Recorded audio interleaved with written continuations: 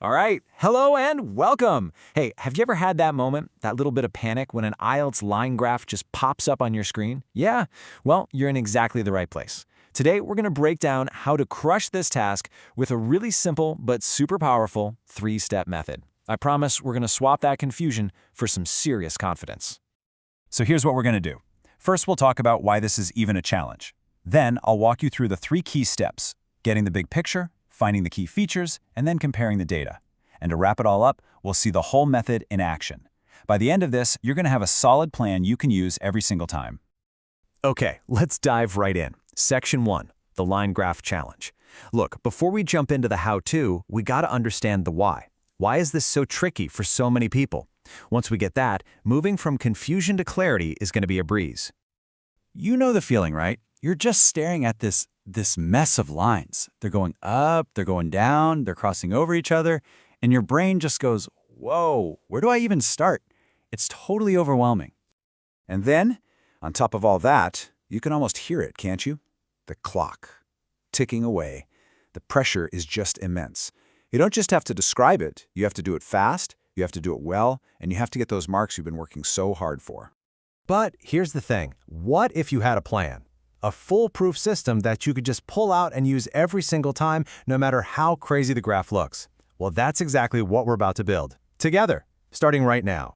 And that system, it all starts with step 1, the big picture. Honestly, this is the most important part. It's the foundation for your whole answer. If you nail this first step, everything else just kind of falls into place. It's your big, powerful opening statement. So what is an overview, anyway?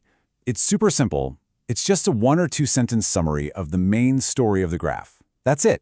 And here is the absolute golden rule. You have to remember this. No specific data. No numbers.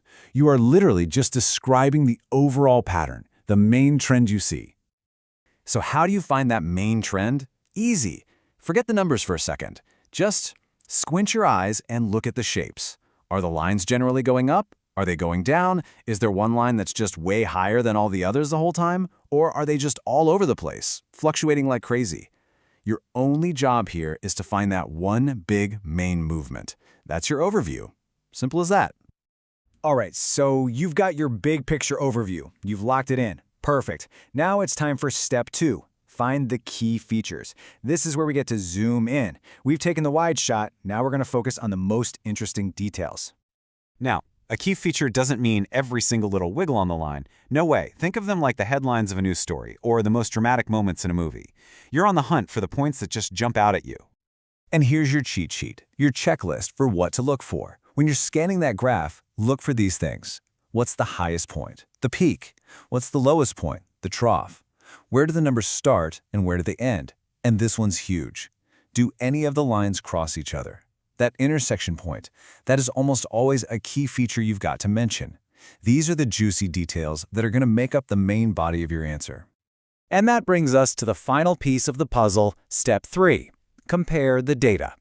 Okay, so far you've painted a great picture with your words. You've made some solid observations. Now it's time to back it all up with cold, hard evidence, with the numbers from the graph.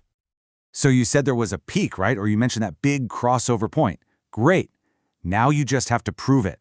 And this step is all about pulling those specific numbers, those years, those percentages right off the graph. This is what makes your description solid, concrete, and totally believable. And here's how to do this like a pro. The number one mistake people make is just listing a bunch of numbers. This was 10, then it was 20, then it was 15. Boring! Instead, you need to use the numbers to compare things. So don't just say line A was 50%. You need to say something like, in 2010, line A was at 50%, which was way higher than line B, which was down at only 20%. See the difference? Using those great comparative words like while, in contrast, whereas, that is the secret sauce for a top-tier score. Okay, theory's done. We've got the 3 steps down. Now for the fun part. Let's actually put it all together and see how this system works in the real world to build a perfect high-scoring paragraph from scratch. Let's imagine a really simple, classic example, okay? Just picture a line graph in your head. It's showing phone usage from 2010 to 2020. There are 2 lines, one for old-school landlines and one for smartphones. Got it? First up, we hit it with step 1, the overview. Look at this sentence right here. Overall, the graph shows a dramatic reversal in phone preference. See that? It perfectly captures the main story. These two things going in opposite directions, and notice there's not a single number in sight. That is a killer opening statement. Okay, next we move to step 2, find a key feature.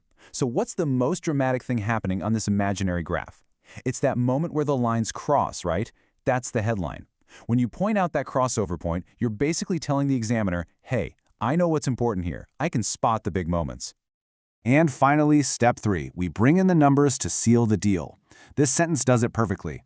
It says landlines fell from 60% to just 10%, while smartphones rocketed from a tiny 5% all the way up to 75%. You see that? You've got the observation, and you've backed it up with powerful, specific numbers. That combo is pure gold.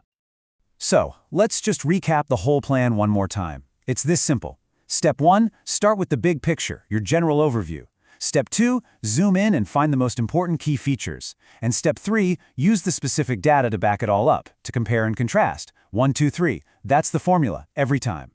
Look, if you follow these 3 simple steps, overview, key features, data comparison, you can take any line graph, no matter how scary it looks, and turn it from something that gives you anxiety into a chance to get a really high score. It's not about magic, it's not about memorizing a million things. It's just about having a system.